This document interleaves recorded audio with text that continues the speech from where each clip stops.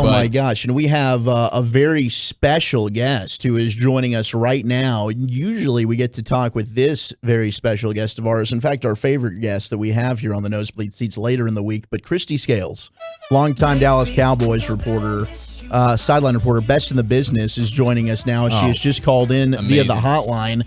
And Kristi, Alec is telling us that you have a fun Madden story to share with us.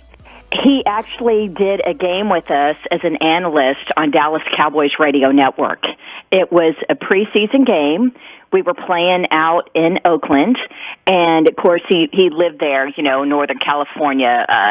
Can't remember if it was Carmel or Monterey Bay. I think it's Carmel. So Brad Sham invited John to come join us in the booth for the preseason game.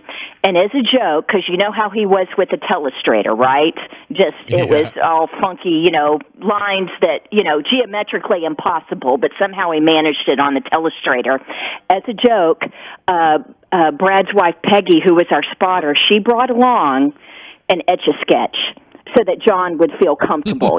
Obviously you wouldn't be able to see it on the radio, but just as a joke, we had a special presentation there in the booth, an Etch-a-Sketch, so that if he really felt the need, he could go ahead and etch out those plays on the little child's toy. But I'll always remember that and how much fun he had. It was something he really enjoyed and was so gracious to do that game with us, Cowboys Radio. But that's one thing we can brag about, Dallas Cowboys Radio Network, is that John Madden joined us as a guest analyst for a game. Wow. That is so cool. That's the kind of guy he was, just really Kristi. Cool. Thank you for sharing that so much with us. Did you have any other, we were talking about reminiscing growing up, getting to watch Madden and Summerall. It was like every Sunday, just about, they were calling a Cowboy game. I know you were working with the Cowboys Radio Network in the 90s, but did you have, outside of that opportunity getting to meet Madden, any other Madden stories maybe growing up or watching him coach or anything that comes to mind reflecting on John Madden? Yeah, well, the Raiders were my AFC team as a kid, when it was Ken Stabler, Fred Biletnikoff, all those guys, right?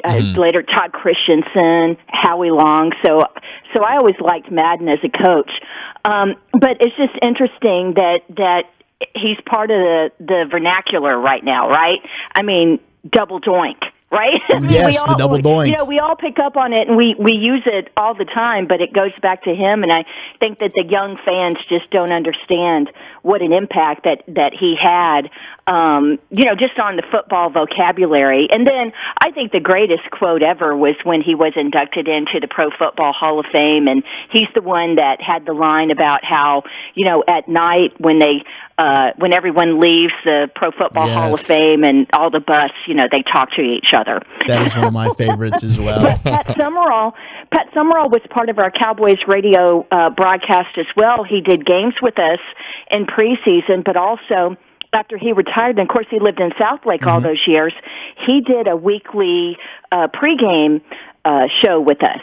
And so I actually did the interview with him. So we had a little studio out at Valley Ranch, a little Cowboys radio studio. And so Pat and I would meet every Wednesday at 1:00 and record the interview. And it's mainly just telling stories. He was real good friends with Bill Parcells, so he had a lot of insight on the Cowboys team at the time, but also it was mainly just to tell some really cool stories, and honestly, the very best stories were not suitable for broadcast, or ones that we wouldn't share because we wouldn't want to embarrass anyone, but that's the really cool part. For me as a kid who grew up loving football and listening to watching people like Pat Summerall and John Madden, to later say, I got a chance to work with those guys. I mean, what an honor. So thanks for letting me call in. I just wanted to tell that story about the Etch-a-Sketch because it just kind of tells you the kind of dude he was.